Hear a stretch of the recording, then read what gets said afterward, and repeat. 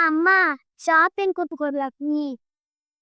என்ன பொறுத்த மட்டுக்கும் சின்ன வயசுல ஷாப்பிங்னா என்னன்னா, அம்மா மாசத்துக்கு ஒரு தடவ மளிகை ஜாமானோ ஏதோ ஒண்ணு வாங்க போவாங்க. அப்ப கூட போனோம்னா, வரும்போது தோசை, இட்லி ஏதாச்சும் ஹோட்டலுக்கு கூட்டு போய் வாங்கி தருவாங்க.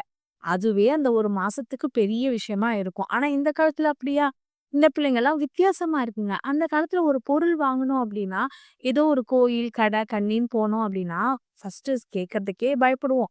அதையும் மீறி கேட்கிறோம் அப்படின்னா, அம்மா வந்து 10 வாட்டி கேட்டா ஒரு 2, 3 மாசம் கழிச்சு நம்மளுக்கு அந்த பொருள வாங்கி தருவாங்க. நம்மளே மறந்துருப்போம். ஆனா வாங்கி தருவாங்க. அது பெரிய விஷயமா பொத்தி பொத்தி வச்சிருப்போம். இந்த காலத்து பிள்ளைங்க அப்படி கிடையாது.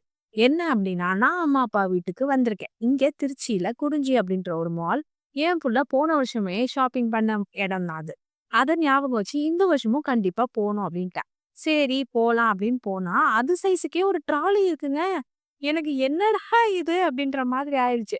அதுக்குள்ள என்னென்னத்தையோ தூக்கி உள்ளார போடுது. சரி ஸ்டேஷனரி ஐட்டம்ஸ் தான் இருக்கு அப்டின்னா, கிச்சனேர் ஐட்டம்ஸ் என்னென்ன இருக்குங்கிறீங்க? ஒரு குப்பை தொட்டி எடுத்துக்கோங்க. அது சின்ன டப்பா சைஸ்லேருந்து பெருசு வரைக்கும் இருக்கு. ஓ! இப்படிலாம் ஐட்டம்ஸ் இருக்கா? அமேசான்ல தானடா இதெல்லாம் இருந்துட்டு இருந்துச்சு. இப்பலாம் இதுக்குன்னு ஒரு மாலே போட்டுட்டீங்களா? அப்படின்னு இருந்துச்சு. அதெல்லாம் சில விஷயங்களெல்லாம் பார்க்கும்போது அவ்ளோ ஆசையா இருந்துச்சு. ஏன் புள்ள நான் கடைக்கு வந்தா ஒண்ணே ஒண்ணு தாம்மா வாங்குவேன். ப்ளீஸ்மா அப்படின்னு சொல்லுச்சு. ஆனா வீட்டுக்கு போம்போது பில்ல பார்த்து எனக்கு நெஞ்சு வலி வந்துருச்சு. என்னடா இவ்ளோ ஐட்டம்ஸ் இருக்கு.